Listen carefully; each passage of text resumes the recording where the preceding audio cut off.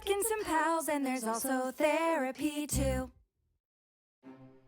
Okay, hi everyone. Thanks so much for joining us. We are on Flu Season 2, another name we've used before. So exciting. We had Galentine's Day, and now circling back to Flu Season 2.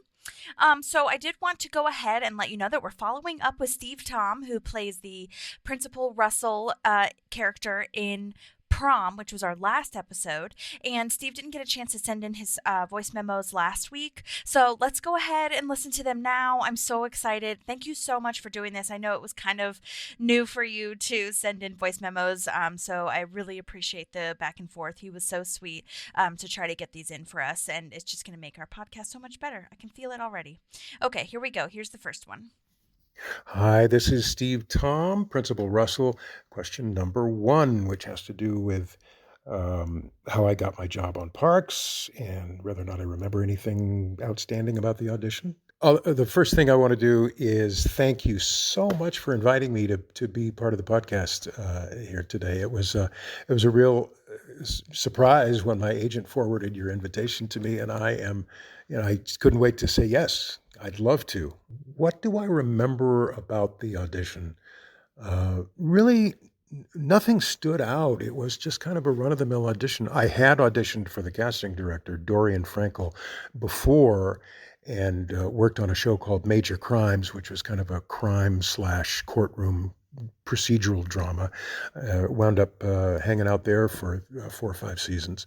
And then came Parks and Rec, and then after Parks and Rec, there was an ABC sitcom called Single Parents, which was just wonderful. But wouldn't you know it, we had just completed our 2nd season, and we're waiting to be picked up for a 3rd when the pandemic showed up, and that kind of shut down a lot of people, including single parents. Anyway, but I had interviewed with, or I had auditioned with Dorian before, and I remember I had a really good feeling about how the audition went and about my potential chances of being hired. And wouldn't you know, that afternoon or the next day when the call came in from casting that they would like to invite me to play Principal Russell on the Prom episode of Parks and Recreation, I was over the moon. Just great. I mean, who wouldn't want to go to work and work all day with Amy Poehler and Nick Offerman and Avery Plaza and Chris Pratt and a fantastic tech crew. Director Ken Whittingham was wonderful. It was just great. It was just great. And that's what happened at the audition. Yay, thank you so much. Oh my gosh, yeah. Ugh, COVID ruined so many things. So I am very glad that you got to do, at least a little bit. Anyways, yeah, so I love that you've auditioned for them before. I think that's really, pertinent information because so many people are remembered through the casting office. So yeah, awesome. Love that. Okay, next one. I actually had 2 days on set. I had 2 shooting days, basically because the school where we shot the Prom wasn't available on one of the days for which I was booked. So we had to shoot some other stuff on that day. And then the next day, I think it was, we shot the actual prom scenes. The cast and the crew were so warm and welcoming. It was a pleasure to show up there, and I knew we were going to have a good time. The second I walked in, I knew we were going to have a great time. I'm pretty sure we were at a high school or a middle school for the prom scenes, and the set decoration was unbelievably wonderful. I think the gym was decked out in a under the sea theme for the prom. Wasn't that everybody's prom's theme? Under the sea, I think it was in real life. Yeah, it was wonderful, and I just couldn't have been more excited to be there. Yay! Oh my gosh. Yeah. So we talked about this in the episode of the review of Prom, that their theme was actually Into the Woods, technically, because it was the theater department's last play. So they could just reuse the decoration, if you will. But no, this is exactly what we talked about as well, which is why I'm harping on it, I guess, because we said the same thing, Steve, that everybody's prom theme was pretty much this like magical fairy tale, under the sea kind of vibe, into the woods, very magic. And that's, with the florals and the beautiful landscape and the set decoration of, balloons in the midst of these like beautiful magical trees. And so, yes, love that very much. And yeah, you're right. The set decoration really was great. It was fantastic. Yeah, we talked about in your episode that we also found out that it was shot at a middle school. So yeah, we really love that. And then 2 days shooting. That's a really interesting little tidbit. I do remember Reese Kirk, who played Donna's quote bitch boy, his words, also did 2 days of shooting. But his was because they needed to do the slow dance with Retta, which I don't remember actually seeing. So I wonder if they cut that. But anyhow, that makes sense though for Principal Russell's character, because they do have that scene where that we're in his office. He's saying that he's really disappointed in Leslie, and that could have been the scene or the day that the middle school was not available. So definitely makes sense. I love that little behind the scenes tidbit. Love that. Thank you. We actually we shot, I think, 4 or 5 takes in the principal's office between Ron and Leslie and Principal Russell, strictly on script. We didn't deviate from the script at all. But then Ken Whittingham, our director, after that said, hey, why don't you guys just kind of go crazy and riff a little bit? And so we did that. But I don't think any of it actually wound up in the final edit of the episode, because we were spending a lot of time laughing as we were doing that. So I don't think that worked out. But yeah, we did riff a little bit. It was fun. And I remember my favorite part of the scene in the principal's office was when Principal Russell's looked at Leslie Knope and with a very stern expression on his face and said, "Leslie, I'm very disappointed in you." And she said, "Oh, no, Principal Russell, please don't be disappointed in me, please." Because apparently during her high school years, Leslie Knope at Pawnee High spent her entire high school career desperately trying not to be disappointing to Principal Russell. That was one of my favorites right there. Yay! Yes, I love hearing that Ken, the director who we love, he's the one that I always mention whenever he comes up, that he's done literally every TV show or directed every TV show that we're obsessed with. You know what I mean? He's done so much. But yeah, not every director, even though Parks and Rec is very free-flowing and improv heavy, not every director asks the guest stars or asks people to do fun runs / improv. So that's really cool to know that Ken did. Awesome. Love that. Yay. And yes, oh my gosh, Leslie being sad that she disappointed the principal is always hilarious. Okay, this is our final voice memo. I've spent a little bit of time talking about working with Amy Poehler and Nick Offerman, and what a great time we had together. But the people that I didn't mention, even more so maybe, Chris Pratt and Aubrey Plaza, who play Andy and April. What a thrill! What a treat it was. I mean, who wouldn't want to go to work with these people every day? Unfortunately, I didn't go to work with them every day, but I sure had a good time with the time that I did spend with them. And thank you again for having me on the podcast. I couldn't have had a better time. Thank you so much. And hopefully we shall meet again. Thanks. Yay. Thank you so much, Steve, for those. That's awesome. I love it so much. I will post his IMDb and everything in the show notes so you guys can follow him if he has any upcoming things that he is working on. But yes, we love hearing those behind the scenes from the principal himself, you guys. You heard it here first. He is amazing. And yeah, who wouldn't want to have a great time as a co-star, especially if you're not sure like what you're going to get? I mean, you just don't know when you go on set how good of a day it's going to be, how fun it's going to be. And so to have that experience of it being really fun and energetic and all of the people really nice and the directors asking you to play around, like, what a dream. What a dream. Well, thank you so much, Steve, again. I really appreciate it. Oh, my gosh. All right. Well, let us get into – that was the only recap I had from our last episode. So let's go ahead and get into Season 6, Episode 19, Flu Season 2. Like I said, another name that we've used before. We had Galentine's Day before, and now we're circling back to Flu Season 2 because we had a Flu Season regular.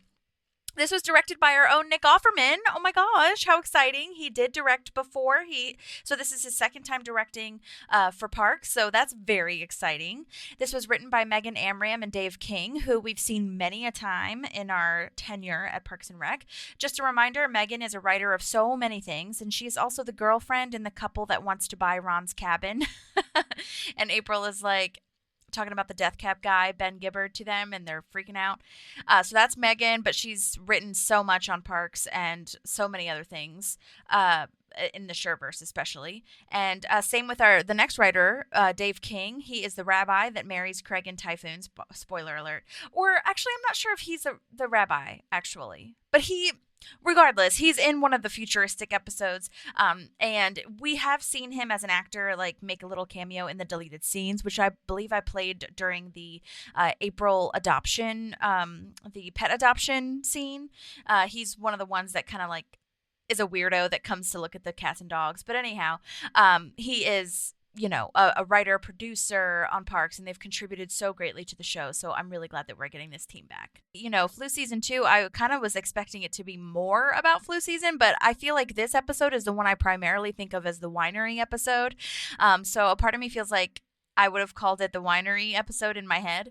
But Leslie does get the flu. What we think might be the flu, but it's actually a surprise. However, Larry, Jerry, and potentially Andy, he doesn't show it here, but he is sneezing a lot, so he might be sick too.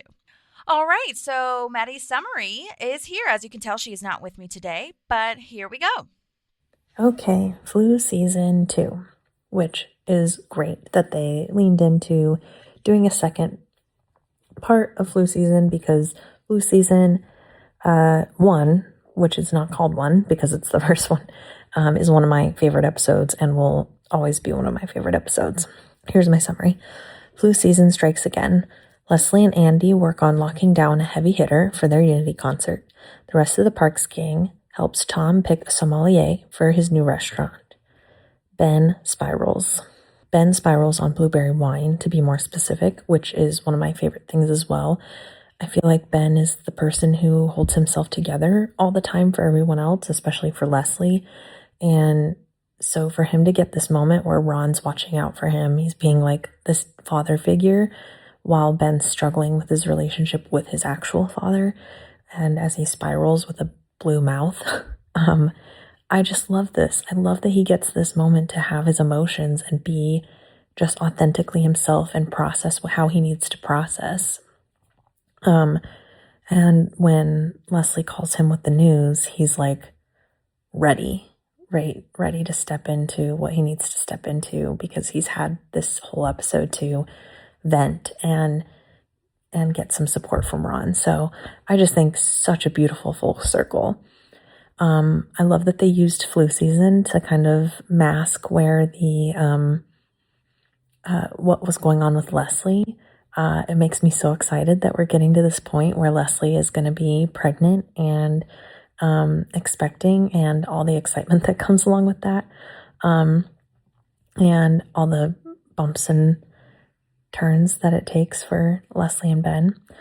I love the scene where she's getting the pregnancy test. Boom, there it is. Amazing name for a pregnancy test. We've talked about that. I absolutely love that Andy brings this giant gummy bear filled with other gummy bears, and he says, "This counts as one." Ivan and I quote that all the time, so that's one of my favorite lines of the episode. Chip is, I cannot stand him and I hate him, and yeah, that's all I have to say about that, because I just literally hate him. But I love that we're seeing kind of this backstory on the whole Unity concert and it all coming together. I love that it's kind of that reminiscent of we're closing a chapter for Leslie, because we begin with her doing the Harvest Festival, and we're ending with her putting together this Unity concert, which is, like a next level up. So yeah, I love this episode. I'm sorry I'm not there to review it with you guys, but I know that Holly will do a great job, as she always does. That is Flu Season 2. Let's get started. All right, we start this episode with the Unity Concert auditions. This was absolutely cut from the original airing. We've got Martin back, which is our Wood-Eye guy. He is played by Jim Meskimen, and we actually interviewed him a while back. I'll put his interview in the show notes so you guys can check him out. His whole thing is impressions. He has a YouTube channel. He has a big following there, and they really utilized his gifts here. I feel like they might have had that in the audition. I think we talked about that where he, because that was primarily what he was doing. When he was doing all the speeches as the MC for a lot of events. Like I said, I call him Wood-Eye Guy because it was at Ron's event that he wins for best chair. And he's like, Wood-Eye, and holds up a wooden letter I. Which I know I didn't need to explain that, but I did. So anyhow, love that we're seeing this actually, because like I said, this was cut. The Peacock, if you're watching it on Peacock, it's on there now. But before that, it was not. This was in the director's cut on the DVDs. I love that Andy doesn't know who any of the people are that he's doing the impressions of. Like, those people aren't real, probably, to him. And I love that they're having a local talent stage. I think this is such a great idea.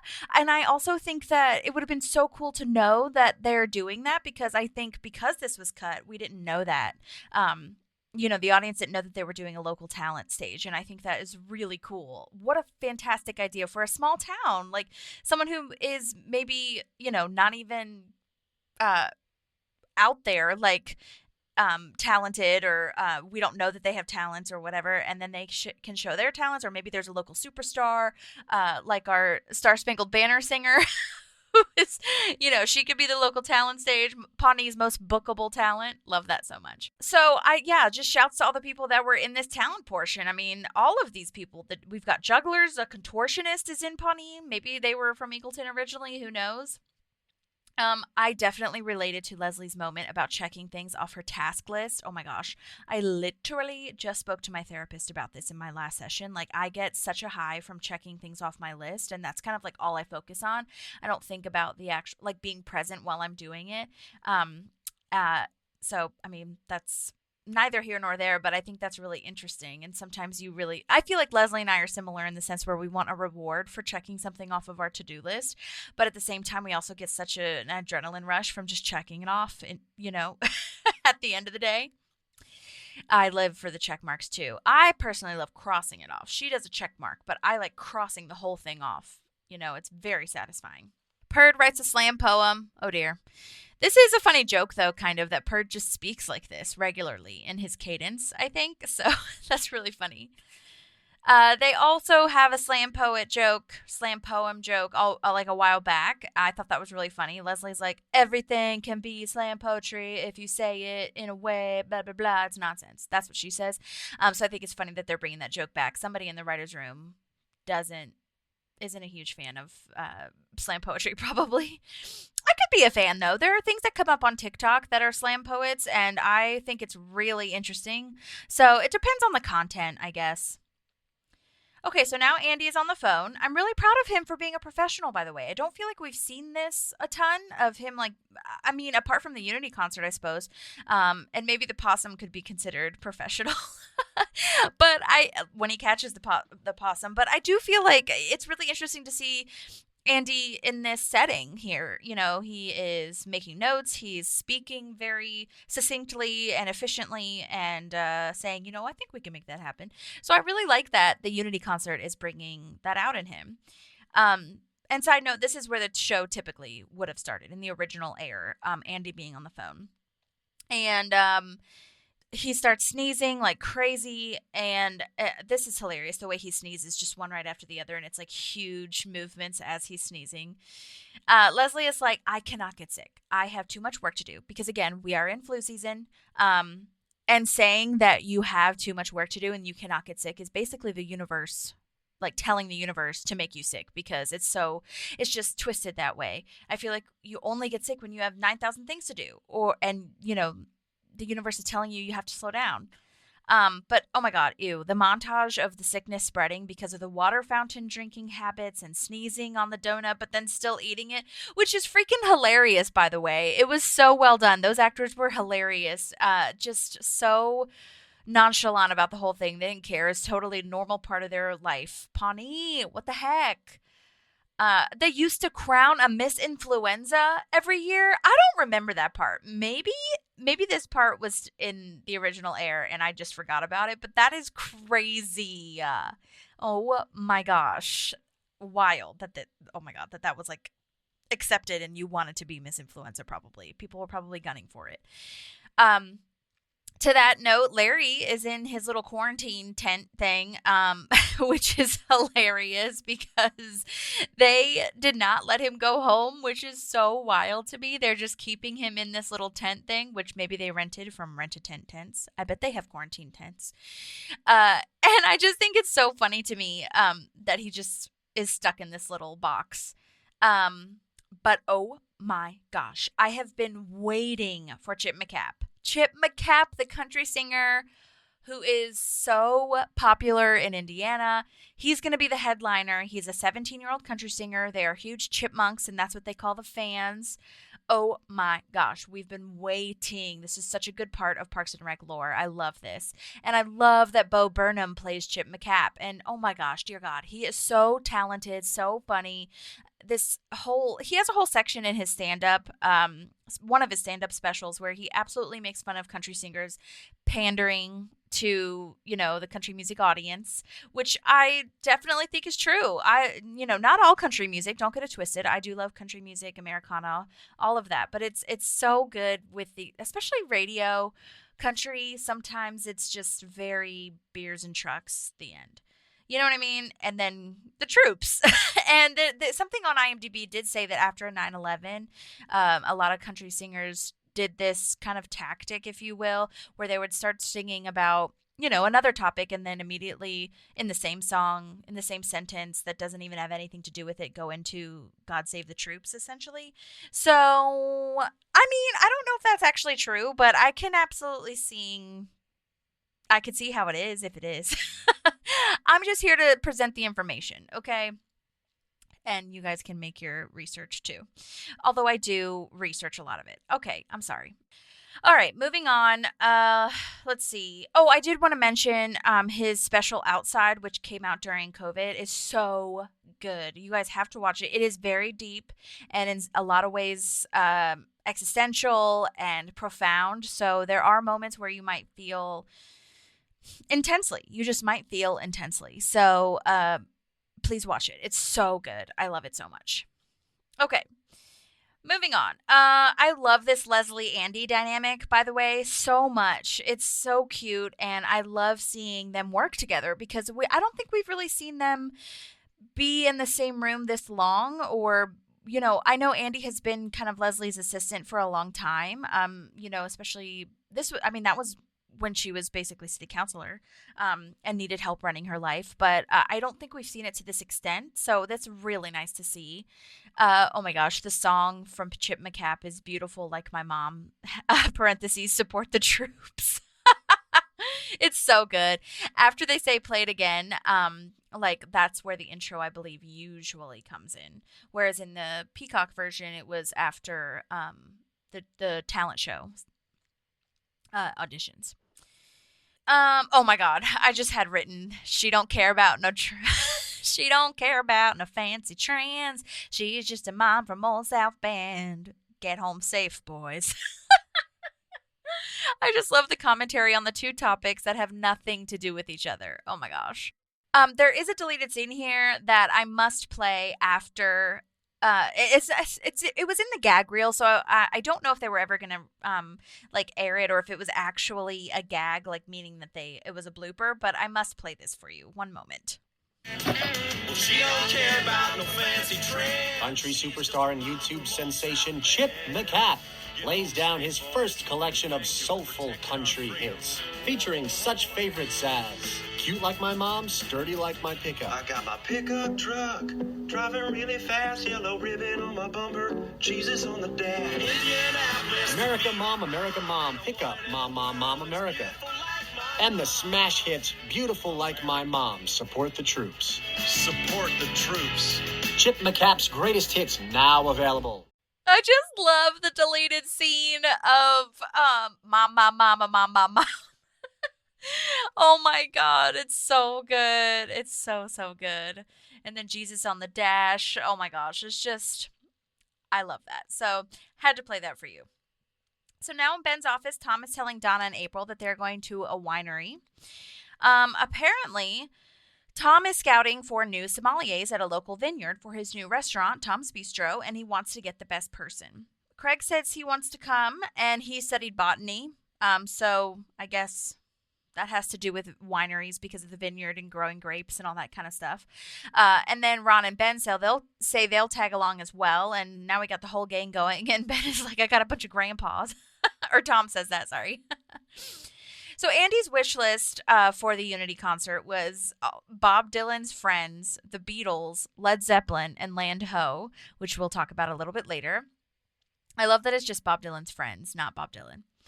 But we get a call that Chip McCapp has to drop out, which is very sad and very urgent, if you will. And his manager called and said that he can't come. And now Leslie is sick and is throwing up. And oh my gosh, she has the flu. I love Larry's cringe face. Like, oh no, she's got it. Well, what we think she has anyway. So now we meet Xander, who is a sommelier contestant. Xander Trufant. Oh my gosh, here we go with the names. It almost sounds like a truffle, which is supposed to be fancy. So Xander Trufant. Oh my gosh, very kind of like French too, or fancy European names. So now we get to the winery, and this is filmed at Agua Dulce Winery, located in Santa Clarita, California. This 90-acre property is a popular filming destination for Hollywood productions, appearing in various shows, and offers tours, tastings, and events. It's about 45 minutes away from LA / the studio that they usually film, which is CBS Radford in Studio City. So we've got the location is 9600 Sierra Highway in Agua Dulce, California, which is in the Santa Clarita area. I hope I'm saying that right. I'm going to say Agua Dulce. Yeah, that makes sense. Wouldn't that be like Sweetwater? Something like that? Dulce? Does Dulce mean sweet? Shoot, I'm so sorry. Let's look that up and see if I'm wrong. Dulce means sweet. Oh my God. See? And then agua means water. So sweet water. Oh my gosh. I'm so smart. Okay. Anyway, moving on.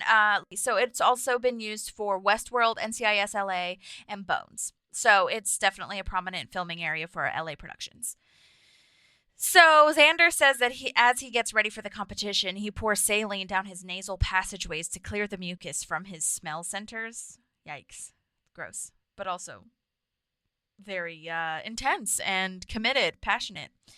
So Xander is played by Shel Rastin, which I think is really funny. His first name is Shel, S-H-E-L. Not funny that that's his name, but that could absolutely be a park's name, if we're honest. Shel Rastin. I mean, this guy was totally fitting the part for this. He's been in CSI Miami, a bunch of short films, a TV series called Big Top last year.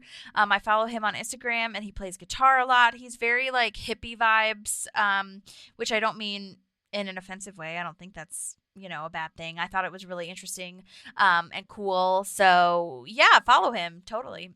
Shel Rastin. Well done also on the acting for this. I mean, this was exactly what the role called for.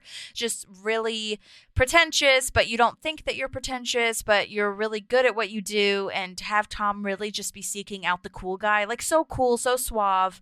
I think it was really well done. So Donna spots April $200 to be certified / get drunk with these people. Go Donna, having just $200 cash in your wallet.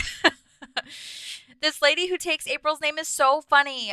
She's like the Wine Academy in Bordeaux. Oh my gosh. So this actor is named Rebecca Klingler, and her character name is Janisha Wellmark, which I love that. That must have cleared at some point. I don't know.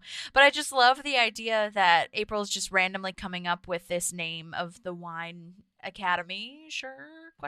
And her character, Rebecca's character, is just like, of course, yes, duh. Oh my gosh, let me change my whole attitude about you because you went to this academy.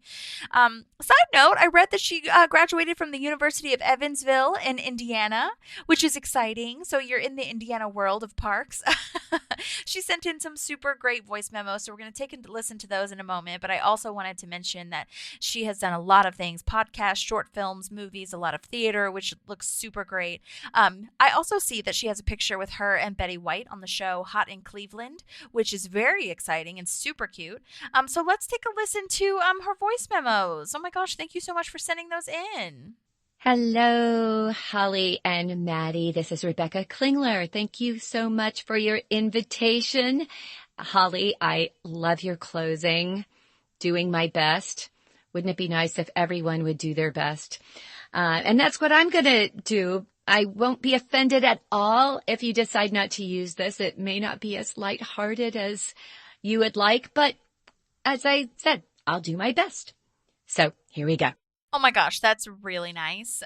Yes, I sign my emails doing my best. That's what she's meaning. Also, I think I said Rebecca Klinger. I'm sorry. It's Rebecca Klingler. I'm so sorry. Oh my gosh. I'm not even editing that out because we all make mistakes and I really was doing my best. So Rebecca Klingler, so sorry. And I'm going to use these. I know I will. So, okay, let's go to how you got the role on Parks.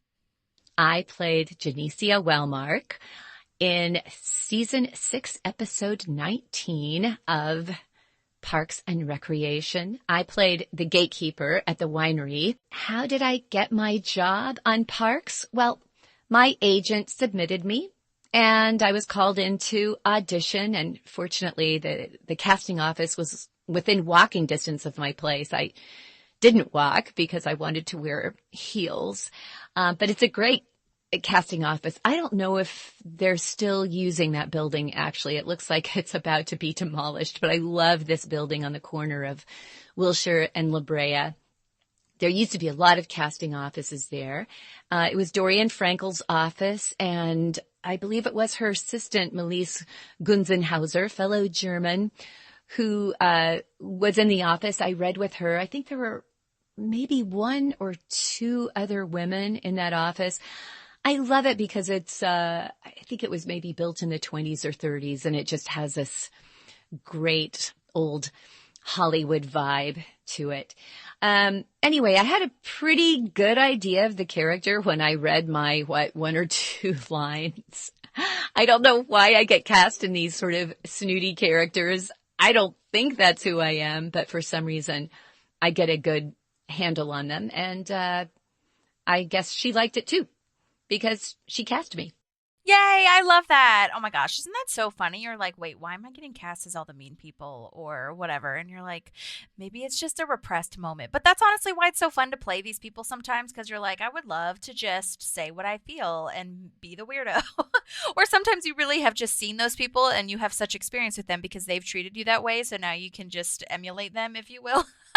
But either way, I can tell that you're not as snooty. And so I love to hear that that was funny to you as well.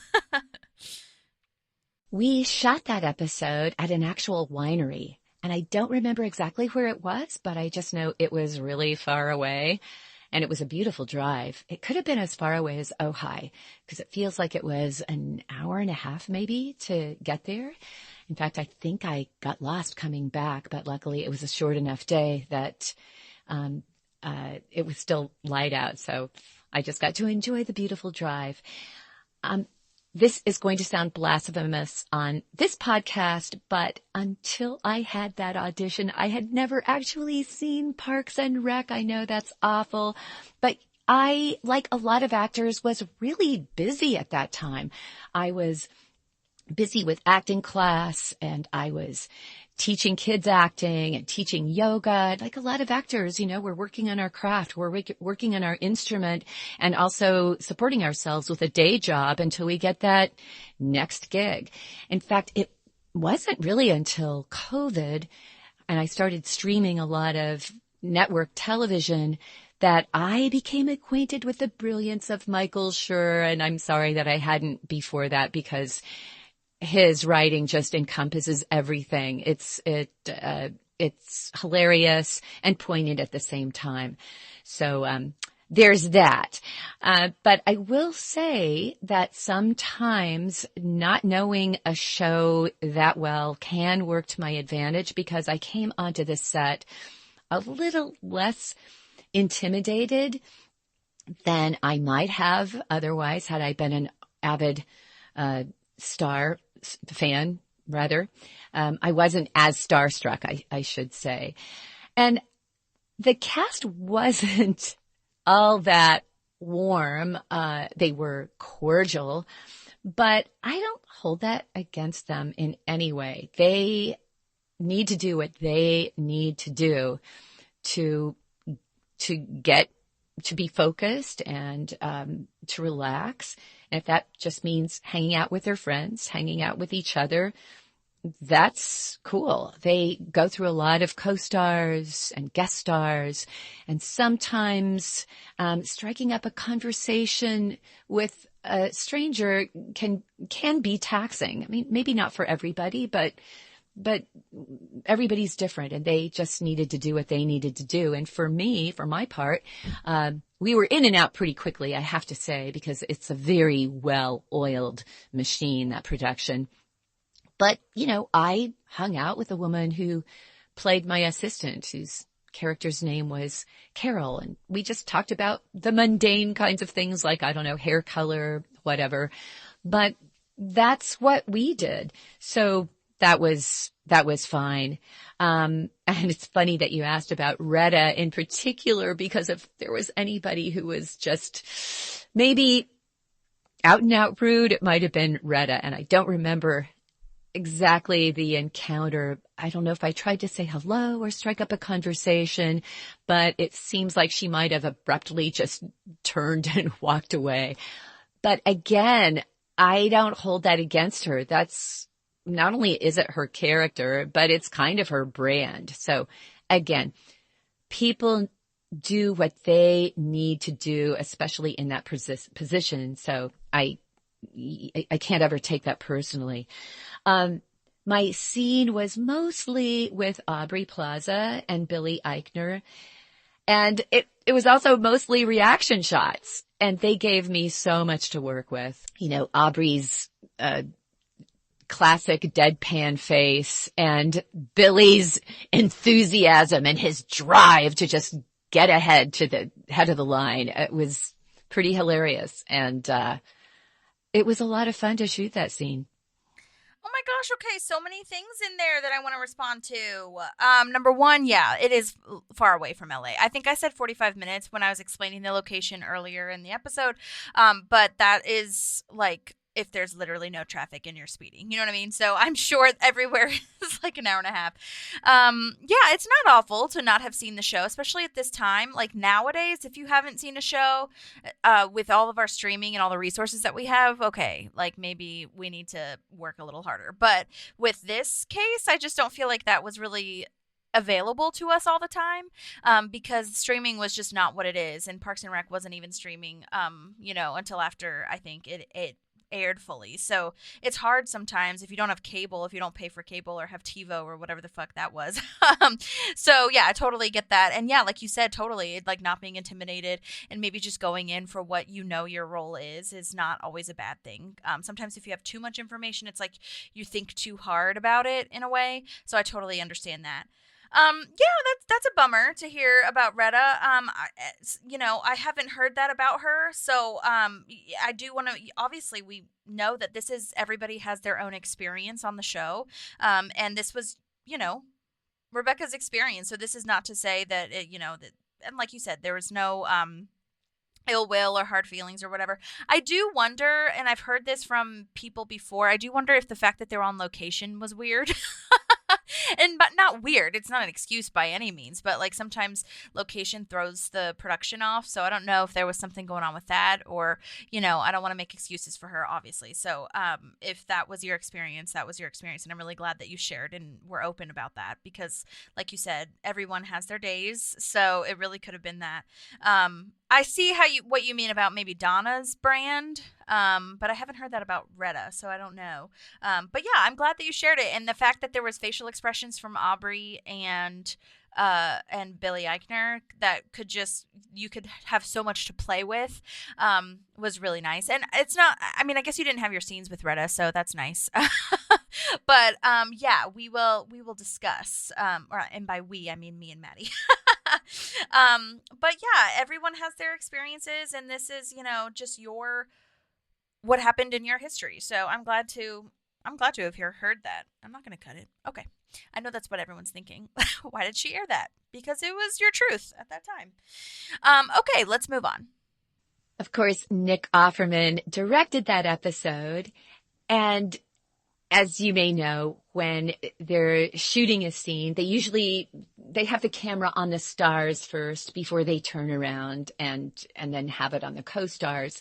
And before we turned around, Nick came over to talk to me. And of course, a TV set is just, well, any set is absolute chaos. You know, everybody's milling around between takes, setting up, walking around, going to craft service, whatever.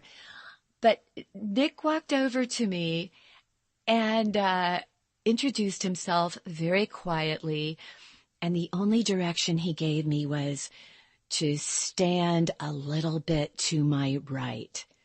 And it's just funny when I think about that, because it was such a beautiful, seemingly intimate moment. It was his way of welcoming me, but in a really subtle, offbeat, Nick Offerman kind of way. And I always appreciated him taking that time just to say it to me quietly rather than trying to say it loudly above all the mayhem. Yay, I love hearing that. We've only heard good things about Nick Offerman. I'm sure he has his days as well. But the fact that he was directing, was able to come over to you and have a little moment with you really makes a difference, I think, because he was the leader that day of the episode. So I'm glad to hear that. Okay, love Nick Offerman so much. Oh my gosh, I can't wait to meet him one day. One day. Maybe I'll never meet him, but that would be fun. Okay, let us move on to the things that Rebecca is working on now. As far as self-promotion goes, well, I think we all know that the industry has taken sort of a nosedive. Work is a little scarce. Auditions are few and far between. I still go out, but not as much as I used to. So that means that during this time, I have had to pivot and lean into my work as a teaching artist, which has paid off, especially this week. I just found out that I am a recipient of the Sony Pictures Teaching Artist Innovation Award and Grant. I had to write it down so I would get the name right. That was all through the Entertainment Fund, which is an excellent organization that supports not only actors, but all kinds of artists in the industry. But this is for a curriculum in storytelling that I've been developing over time. I use my work with yoga and body work. I use improvisation technique, meaning theater games and space work. And I also use writing prompts and research so that we develop stories, either personal narratives or sometimes stories about historic figures or unsung heroes, people that we don't know about, but we should. And we develop these scenes and put them on stage. And what I have found through this work is that, and these are not necessarily for actors. This is for the general public, but it's a way of the participants experiencing self-discovery, self-awareness, self-confidence. And because theater is a process of working together, they also develop community, empathy, and an understanding of each other. The workshop is called Every Body Tells a Story, because we all have one, and check it out. I'm going to grow more of a presence as time goes on. Also, upcoming, if you're a Titanic enthusiast, the weekend of the 11th through the 14th, which is the anniversary of the sinking of the Titanic. Some of us who were in the film, yes, I was in the film. I shot it almost 30 years ago. My title was Mother at Stern. If you look up Titanic, it'll all be over soon. I appear saying my line, it'll all be over soon. Anyway, some of us are joining together at the Queen Mary, on the Queen Mary in Long Beach, reading from our journals, from our experience working on Titanic. There, of course, will be a lot of other Titanic talks and activities going on. But my friend Alexandra Boyd, who played First Class Woman, made a documentary a couple of years ago called Ship of Dreams, where she interviews all things, people who are what we call Titaniacs, as well as cast members like me, reading from our journals. So if you're interested at all, it'll be a fun weekend. Again, April 11th through the 14th. And other than that, I did shoot a Netflix episode of a series that hasn't been released yet. I discovered they're still in post-production.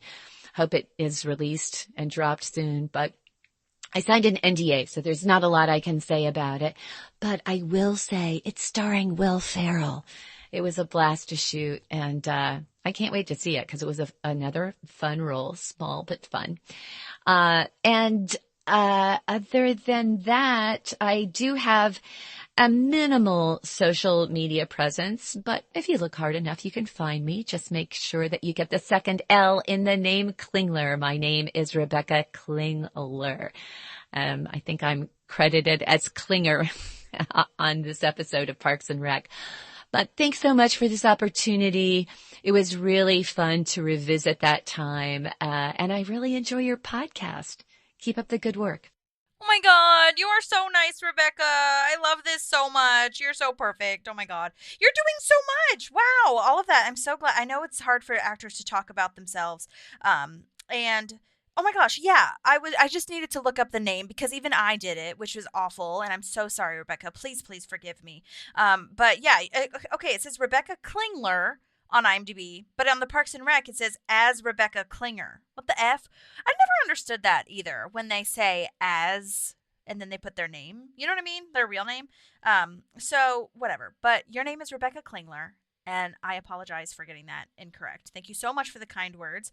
Oh my gosh, congratulations on the award. That is so exciting. Is there going to be a ceremony? I'll ask all of this in an email maybe. And secondly, yeah, that Titanic, oh my God, that is so cool. I cannot believe that. I mean, I can because it's great. But yeah, I've been to the Queen Mary. Back when I lived in LA for like 4 years, a long time ago. And I think it was like one of my last weeks or something in LA, and I went to the Queen Mary with my mom. And oh my gosh, so fun. Loved it. It's a really cool ship, and definitely worth visiting.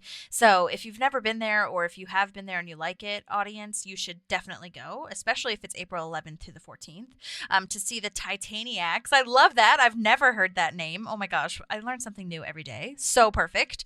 Oh my God, I love that. And then you have the Netflix show. Oh my gosh, that's very exciting. Yes. Once it comes out, please let me know what it is, and I'll post it in our show notes as well, or I'll post about it too. The fact that it's with Will Ferrell, I can tell it's going to be great already. But yes, I absolutely understand signing the NDA and all that kind of stuff.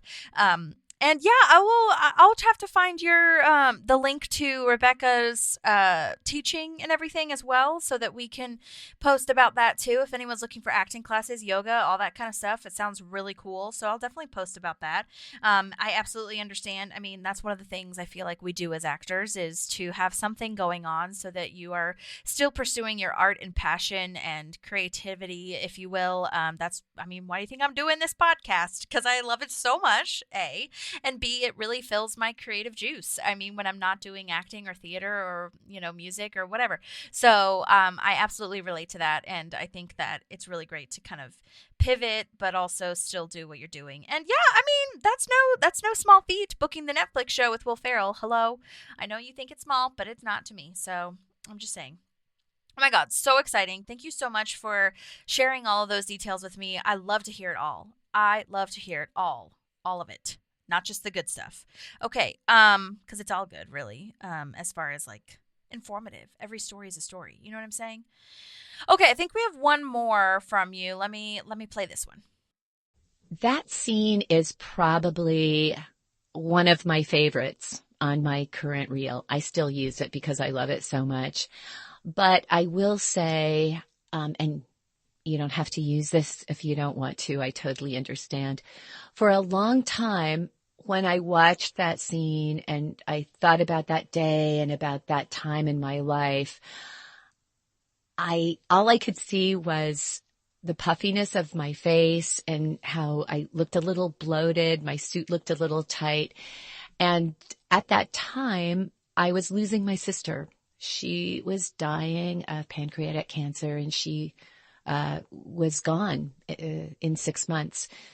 And when I looked at that for a long time, when I watched that scene, that was all I could think about, because I remember I was drinking a lot at the time. Not a lot, but a lot for me. I was drinking maybe a beer or a cocktail every night, and I could see it showing up in my face.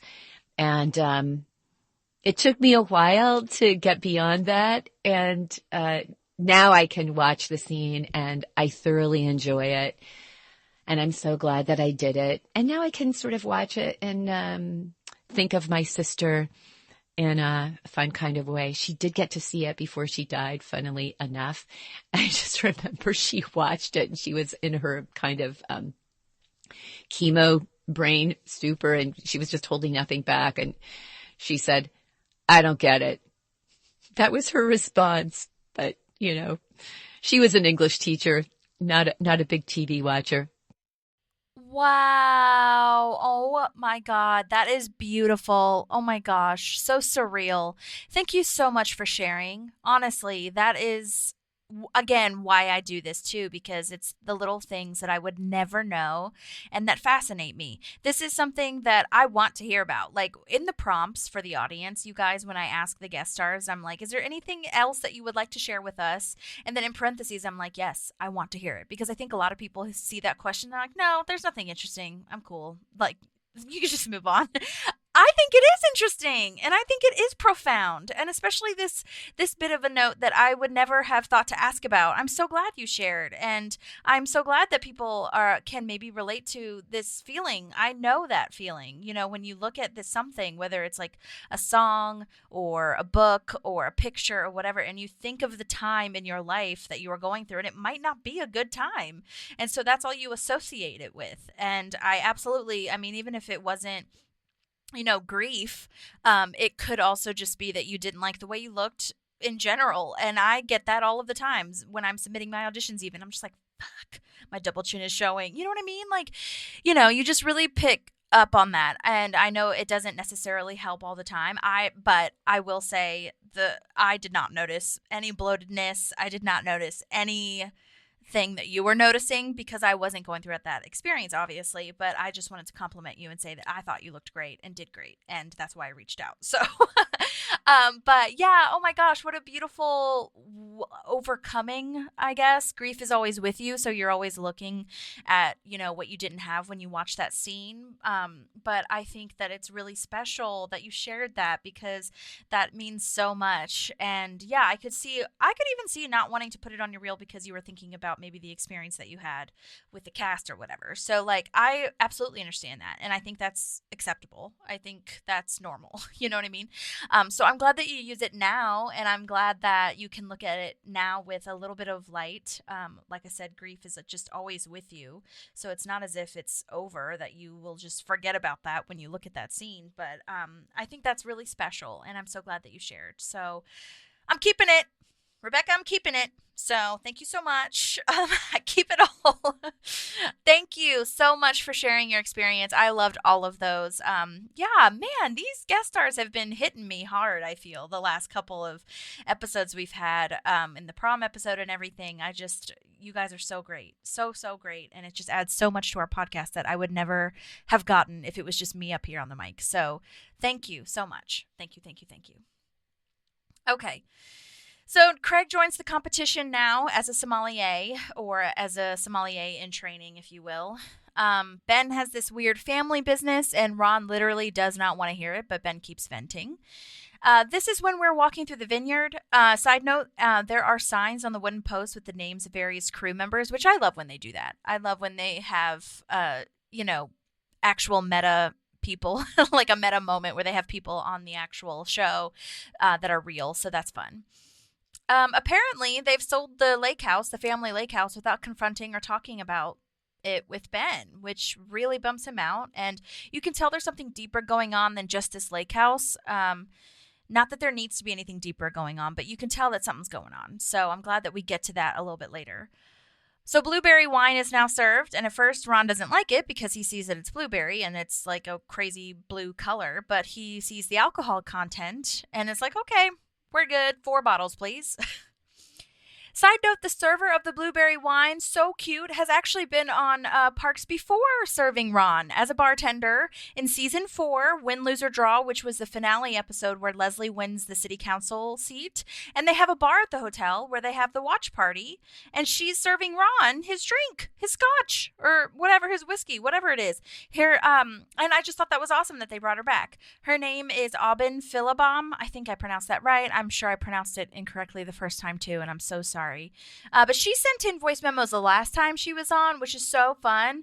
I did email her to ask if she had any specific memories of the blueberry wine episode, this one, but I haven't heard back from her yet. But I did go through my old emails, and one of her emails says, my second time on the PNR set, Parks and Rec set, I played a bartender again, or server. I served wine to Nick and Adam, and they gave me the same name, Dana, so that I would be considered recurring. It was the casting director doing me a solid by having them change the name to Dana. That is so cool. What a lovely moment. Because, yeah, you having a recurring role is better than just than a day player role. So that's really cool. I like that a lot. So now Leslie is like, okay, all we have to do is go to Indianapolis to convince Chip McCapp to get his shit together and come to play for us. But she's trying to work through her sickness, which is no good. Andy says he pukes in the car all the time, so don't even worry about it. Because Leslie puked. So now we're at the pharmacy, and Leslie says you can get 2 candies to Andy, which is so funny, again, with the Benjamin Button, like, aging backwards of Andy, childish behavior, but we love it. So Leslie goes to the pharmacy counter and is like, listen, look, I have the flu, and I need the stuff. The Mariah needs to sing tonight stuff, which I love that line. And the pharmacist is like, well, it doesn't seem like it. And then we see a pregnancy test. And oh my gosh, a crazy moment. They did cut this part of this pharmacist moment, but it's in the original air. Usually when it's in a deleted scene, I'll play it for you guys. But it's in the air now on Peacock, so you can see it on Peacock. It's public now, if you will. When she says that it could be aseptic meningitis, and that would mean she only has an hour to live, and she's like, "So sorry, it's my first day. I don't know." Side note, I did look that up, aseptic meningitis. It's an inflammation of the meninges. Oh my gosh, did I pronounce that right? Doctors tell me. They are the brain's spinal cord lining, and it's typically caused by viruses, especially enteroviruses, up to 90% of cases, rather than bacteria. Symptoms include fever, severe headache, and stiff neck. It is usually a self-limiting, milder condition with recovery expected within 7 to 10 days. So it is serious. It sounds like, with the symptoms of a fever and severe headache, it is flu-like, cold-like kind of vibes, but it's not fatal. At least that's what the internet says, so please somebody correct me if I'm wrong. But it is her first day, so we'll give her a little bit of a pass.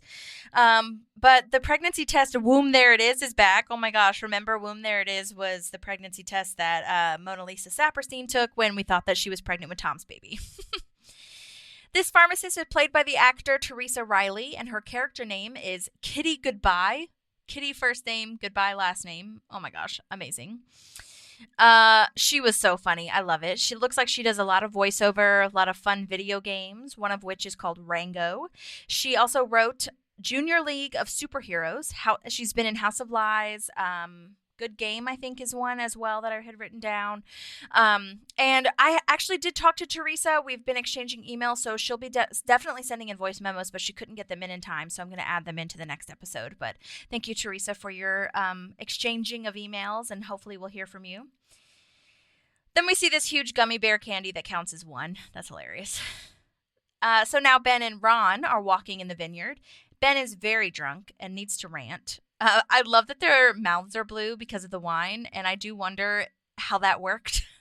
Like, did they have some sort of blue drink? I'm sure, obviously they had a blue drink, but was that dyeing their mouths, or did makeup come over and, like, I don't know, put some food dye in their mouths?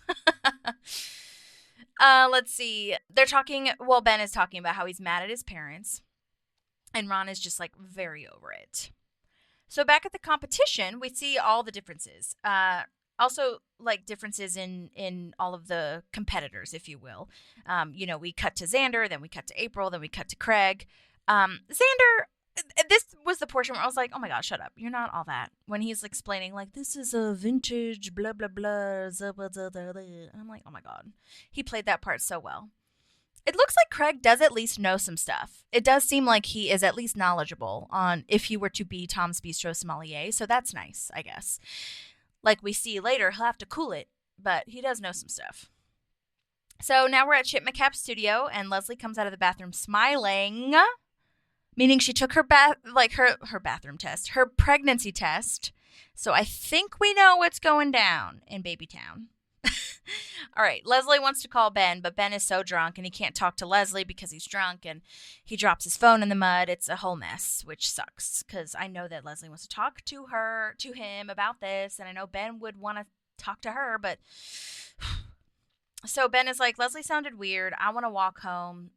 I just want to leave. So this must not be far if it's in walking distance. I mean, I would go so far as to say that they could walk maybe 3 miles tops. Ron could probably walk a long time. He's an outdoorsy, could be outside all the time. So I don't know. I'm thinking that this is not very far. So let's see. Oh yeah, I love this Adam Scott moment of climbing over the fence. Oh my gosh, that is such a good Adam Scott moment. It's one of the top where he's like, watch out for that fence. He just struggles over that fence. So Tom is nervous because Xander is talking to this French man, this French restaurateur. I believe this was also cut where Donna says she picked up French Canadian when she was dating a Montreal expo. I don't remember her saying that's where she caught French. I just remember, maybe it wasn't cut, I don't know. But I feel like I remember the original air, her going up to this guy and speaking French and us all being like, oh my God, what a great character thing that she speaks French. That's crazy. You know what I mean? Like there's no explanation. Terrence Montreux, by the way, is his name, which, again, so good. That name is brilliant. But he's the restaurateur that owns 12 restaurants. And he acts like he doesn't know the word thing. I love that. How you say thing. And Tom's all, don't act like you don't know the word thing. Terrence Montreux is played by Michael Rothhar, and he's a prominent theater director as well as an actor. He's been in a bunch of movies and TV shows. He was also in Modern Family. If you watch Modern Family, he's the one that Gloria gets mad at because the dog keeps barking, and we're pretty sure that she stole the dog after this encounter. And I just think his character is really great here, and I think I mean it seems very similar to where they have a status. His character is always like a hierarchy of like he's up here, you're down here kind of vibe, I feel, which is really funny. Side note, if I think in the Modern Family episode, this is the one where he's like, well, you have a bird or something too, to Gloria, and it's really just Gloria shouting Jay's name really loudly, and it sounds like an animal to this guy, which I thought that was really funny. I didn't see any contact information for him, so I'm really sad about that, but well done, sir, well done. So Craig recommends a red for steak, and this dude says perhaps a Riesling. And I feel like he should know that a Riesling would not be good with steak if you're one of the judges, you weirdo. What are you doing? And Craig's like, not if you're eating steak, you loon. That was funny. Because like I said, on this point, I do agree with Craig. This actor's name who plays the judge is played by Rod McCary, and his character name is Judge Ryan Letgo, which I think is funny. Or Rain Let Go. Maybe it's Rain Let Go, like Let Go of the Reins. He's known for The Flintstones in 1994, Night Demons 2, and he's been in a lot of other movies and TV shows as well. I think he reminds me of Mr. Feeney from Boy Meets World. I just feel like his hair and his face kind of like seem similar, like they could be brothers. You know what I mean? Oh my gosh, yeah. This is where we get to Chip McCapp, like one of the biggest Parks moments in Parks history lore. I'll bring the girls, you bring the beer, and the troops will bring the freedom.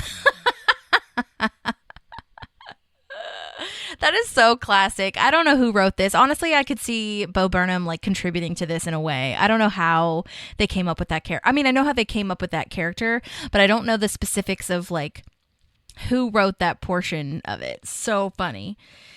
So we now see that Chip is actually a huge asshole because he yells at his team to get lunch stacks, which I think is funny because they probably can't say Lunchable because of some sort of naming rights, if you will, or copyright or whatever. But he's like, cheese on top or no one gets paid, and everyone is scrambling, and you're like, oh my God, this guy's kind of a dick. And Chip says the only reason he's not doing the Unity concert is because he has a previous engagement. So he throws this plate at his dad, who's the manager, who made the lunch stack for him. And I'm like, oh my God, I don't want you to play at my concert anymore. Gross. But I do love, he's just so funny. He's like, anticipate my needs. Like, your job is not that hard. Chip's dad, Skip, which I think is really funny. So we've got Chip the son and Skip the dad. Chip and Skip. Skip is played by Scott Michael Morgan, and he was so good. Oh my gosh, great work. He's been in a ton of things. Rutherford Falls, which, has Andy from The Office, Ed Helms, American Crime Story, Why Women Kill, so many things. And it looks like he has some upcoming projects as well, so we'll have to keep up to date with that. Back at the sommelier testing, the next Indiana master sommelier is, in fact, Xander, which we kind of saw coming, sadly. Donna, though, spills wine on this restaurateur fella to buy Tom some time to talk to Xander. And this wine pour is not subtle whatsoever. I love that she just goes up and pours the wine on him. Like, it's not even, she doesn't even try to bump into him or anything. She just kind of goes up and pours the wine on him. Like, oops. I actually really do quote this line that Tom has when he says, Tom's Bistro is going to be the best, quite possibly trillest. A new restaurant in town. I love the word trill. I think it's really weird and unique, and I would like to incorporate it into more of my vocabulary sentences. But sadly, turns out Xander has already accepted this offer for the other guy, and it's literally not possible to pay him what he's getting paid. Side note, sommeliers do get paid a lot. The test is insane because you also have to do different regions. You have to do all of these different things in order to become a sommelier. I don't believe that it's actually a test like this. I do think that this is a competition to get placement so that you can be a little bit more competitive in your job search. But you do have to take the test. It's not just going around to these judges and being like, this goes with this, this goes with this. I have a friend of mine who was studying the sommelier test, and actually Jay Jackson, who plays Perd, at the time we interviewed him ages ago, years ago now, he was studying for the sommelier test, and he had a map that he showed us where it was you have to study the different regions, the different soils that vineyards and grapes can be in, and how the different vines work and all that kind of stuff, which is wild to think about because when most people, when they drink wine, don't really think about that. So yeah, it's a huge deal, and one of the reasons why they get paid so much is because they're at these fancy ass restaurants that are very expensive. So, and I guess because the training is insane. So anyway, Ron and Ben are on their way home walking, and we get to see Eagleton Ron again. He's back. Perfect timing for him to come back. Oh my God. I love this moment too of are you a ghost? And he's like, am I? Ron Dunn. Oh my God. I love Sam Elliott. Classic. Oh my God. Then we get to Chip McCapp saying that his previous engagement is just a haircut. Come on, Chip. You can reschedule that, you fancy weirdo. Oh my God. So Leslie makes this impassioned appeal, very intense, oh my gosh, you have to be here. We love you. The region needs you, not just Pawnee. And Chip insults them and says dirty hicks. And he's laughing about it. He's not even taking this seriously at all. And he shoots a paintball gun at his dad. He's like, if I want to do that, I'm going to do that. No. Oh my God, Chip McCapp. But the writing here is so good. This is one of those moments when I'm like, oh my God, the writing of how awful this person is so good. To just have a paintball gun shot at you. I can't imagine. That's why I wanted to talk to the actor who plays Skip, because I'm like, oh my God, can you imagine that being your day at work, being shot by a paintball gun? And I'm sure it's not as painful. At least I hope it would not be. I hope they had safety things going on, because that is really painful from people that tell me about paintballing, that if you're shot at close proximity, it's not soft. It's hard and it's painful. So I'm sure they did something to make it less painful, but oh my God, it was so good.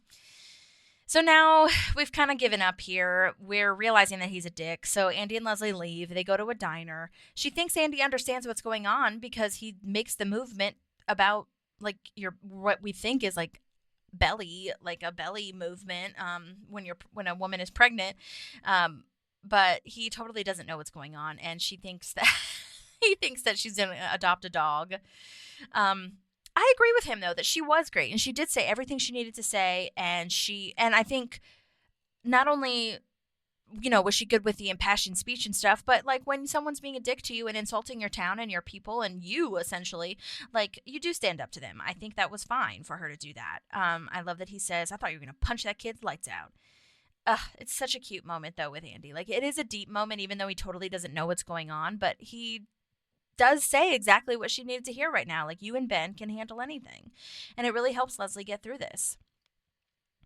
So Leslie suggests talking to Scott Tanner, who is the lead singer of Land Ho, because he lives in Pawnee, and they could beg him to play. So we could try that. So funny that Andy thinks Scott Tanner is like the gateway to Bob Dylan.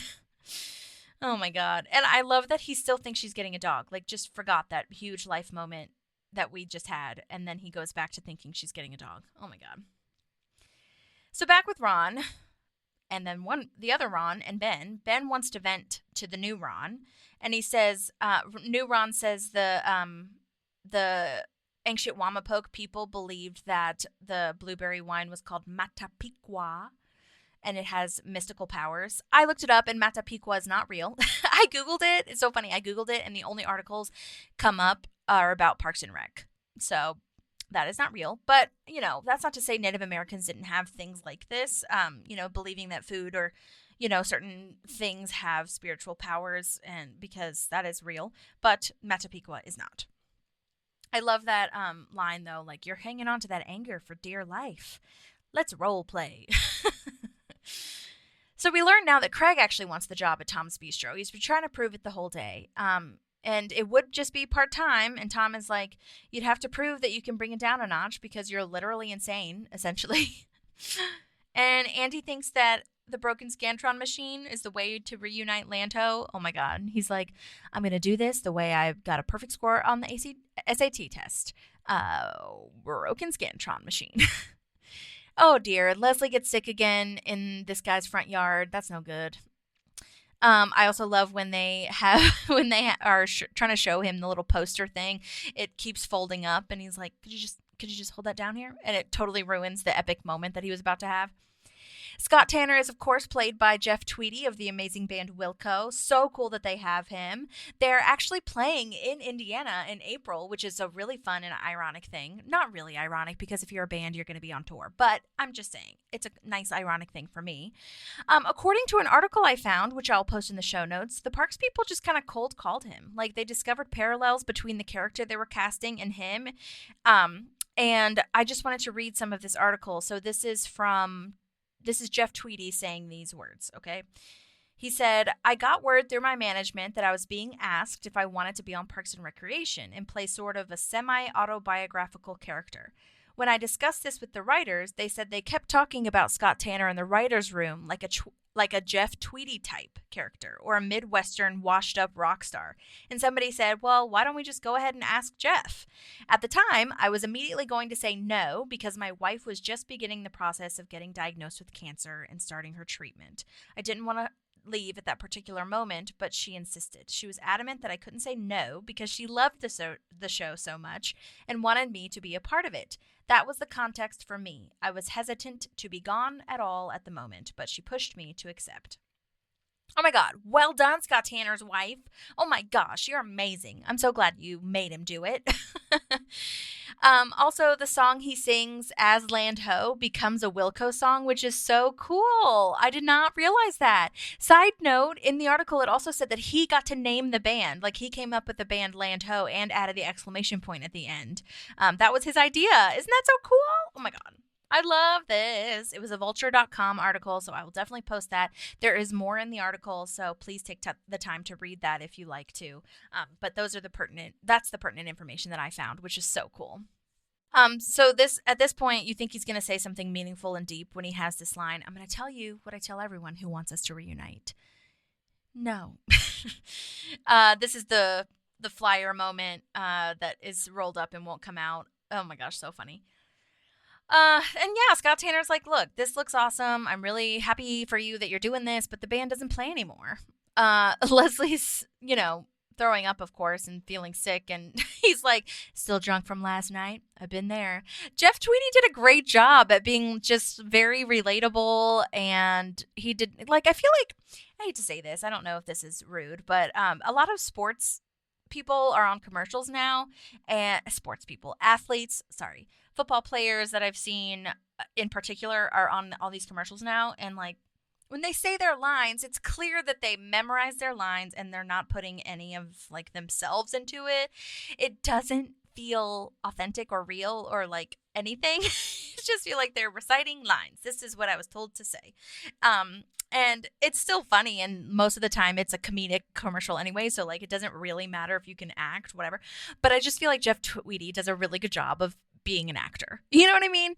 And maybe he is just being himself. Maybe he's not really acting at all. He's just kind of saying the lines as himself. But even that is better than just reciting robotically kind of what you were told to say.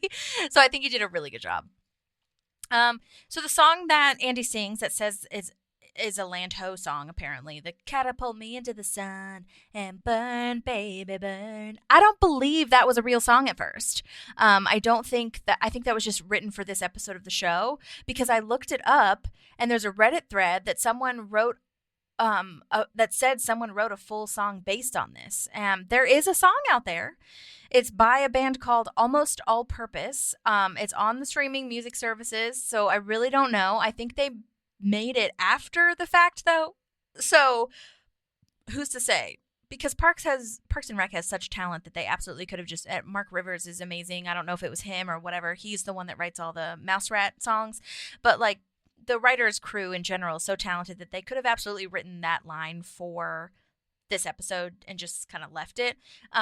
Which is what I'm leading toward thinking, and then someone was just inspired. So if anyone knows, or if you're that band Almost All Purpose, let me know how that came to be. So Scott Tanner's kid comes in and recognizes Andy from, being Johnny Karate at birthday parties.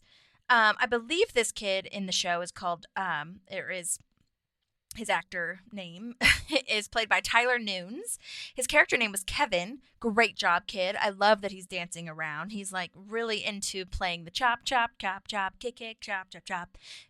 It's called Karate Chop Master. Oh my God, harmonies? Oh, I love when Scott Tanner does the harmonies for that. I love when Andy is so oblivious of I really admire you, but you're doing the song wrong.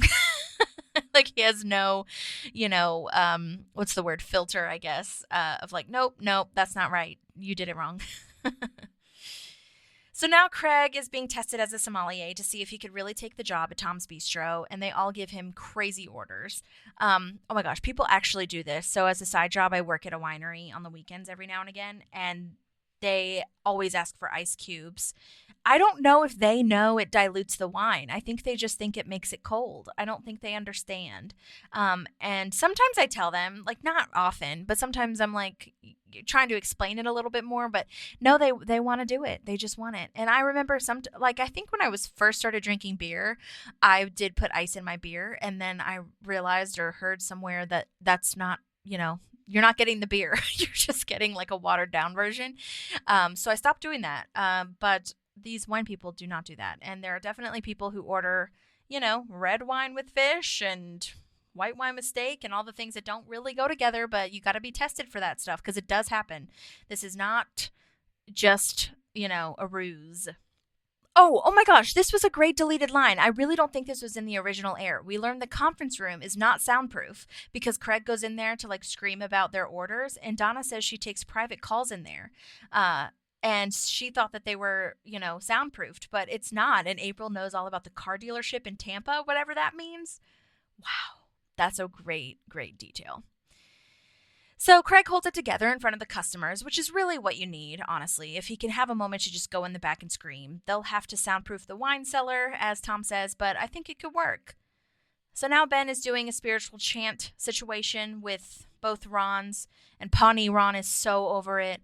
I love that the baby snow owl is Ben's spirit animal. Oh my gosh. And looks like new Ron has a hawk that comes to him, and that's his spirit animal. I don't think I know what my spirit animal is. I've always thought it was a cat, but because I just feel like I really resonate with the cat. But I don't know. I really need to think about that a little bit more. I'm just not sure. I want to know what it is. Okay, so let's see. Eagleton Ron suggests burning the check that he was given for his lake house. And Pawnee Ron is like, don't do that. That is money, okay? But either way, it doesn't really help. I think even if he had the money, it wouldn't have helped him. You know what I mean? It's not about the money, as we learn a little bit later. So Scott Tanner agrees to play the Unity concert, and they've sold 500 tickets. Oh my God, that is so much. 500 tickets is insane, dude. Like, that is a true festival, okay? I feel like any other event that Pawnee would have had, that is, like, undoable. But this is amazing that they got this many people. Scott Tanner has made it happen for them. And what a great pivot that could happen in one episode. The idea that this could happen so fast is such a testament to like how far we've come in the season, I think, both in real life and in the show, because I feel like we would have taken like a whole maybe 5-episode arc to figure out what are we going to do with this, or maybe even 2 episodes, I don't know, but definitely not 1, to figure out how we're going to move forward from this. So I think this is a really cool, like, okay, we're getting shit done. You know what I mean? We've got this is running like a well-oiled machine. We now have Andy, and we're just working on this, level that we did not have before. So, lovely. Okay, so Eagleton Ron has a little tiny smart car. I love it. They're all kind of piled in there going home. Ben still doesn't feel better, but I think it helped in its own way to like talk about it and vent about it. That's very important. And also Ben, he's not going to stop being angry in a day. Like, this is a big life situation. It's a big family situation. It takes some time to like diffuse and process. Like, give yourself a break a little bit about this. Also, being drunk doesn't help at all to process and really feel your feelings because you don't know what's what when you're drunk. But I wanted him to just kind of understand, okay, you're not going to feel better right now, buddy. It's okay. But anyway, Pawnee Ron kind of accidentally helps by just being himself. Who knows if that was on purpose or not to tell Ben. I think it wasn't. I think he just says his wise things that he always does. But he says seeing the kids puts things in perspective. And after a long day, oh my gosh, can't speak today. After a long day, it's always nice to go home to the wife and kids and see my kids and get a new lease on life, essentially. And that really gets Ben thinking, which is great writing, obviously, of Ben discovering the reason that he's so upset about the childhood house being sold is because he always pictured bringing his kids to that lake house and sharing his childhood memories with them, but also them creating their own childhood memories. And it's just like that's the deeper portion that we weren't talking about before, that Ben hadn't really come to that conclusion yet of like, what, this is why I'm so upset, because I wanted, the cycle to continue, essentially. And it's so wonderful because he says that I want to start to Leslie. He says, I want to start a family with you. I want to start our family and I want to do it now. Great work, writing crew. Great work with this line. Well, buddy, I got some great news for you, or good news for you, I think is the exact line. And then the episode ends and it's perfect. So can't wait to see where we're going to come next with that. But yeah, we've been waiting to see, I think, what was going on. To be honest with you, I didn't really see Leslie getting pregnant. I don't know. It just wasn't really like a thought in my mind. Like, she hasn't really talked about family as much, I don't think. I think, sure, that's the like next logical step, but I didn't really see it coming, I don't feel. I'd love to know if anyone else did, but I didn't. So anyways, oh my gosh, thank you so much to everyone that sent in voice memos. Steve, Tom, Rebecca Klingler, thank you so much. I just loved it so much, and I always love hearing from you guys. Don't forget to rate, review, subscribe, do all the things. Check us out on all the social medias, and just try your best to do your best. And hope that you all have a lovely day, week, and month ahead, and however you're celebrating the winter time. And I hope we don't get any more snow. Okay, I'll talk to you guys soon. Please let me know if you have any other questions, and I can't wait to see you on the next one when we talk about babies. Ooh, babies, plural, maybe, question mark? Okay, bye. There's a park and some pals, and there's also therapy too.